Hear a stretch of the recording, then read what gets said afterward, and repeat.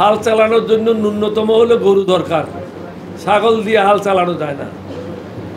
আমরা তো দেখলাম গত 10 বছর 20 বছর কি অ্যাচিভমেন্ট হয়েছে, আপনিও তো তার একজন সাথী আমাদের।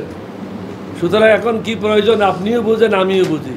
ওয়ালটন ফ্রিজ কিনে অনেকের মতো আপনিও হয়ে যেতে পারেন মিলেনিয়াল। সেরা পণ্যের সেরা অফার। আমাদের এখানে 62টি দল আছে, 62টি দলের মধ্যে কয়টা দল রাস্তায় নেমে মিছিল করার মতো শক্তি রাখে, এটা তো বুঝতে হবে।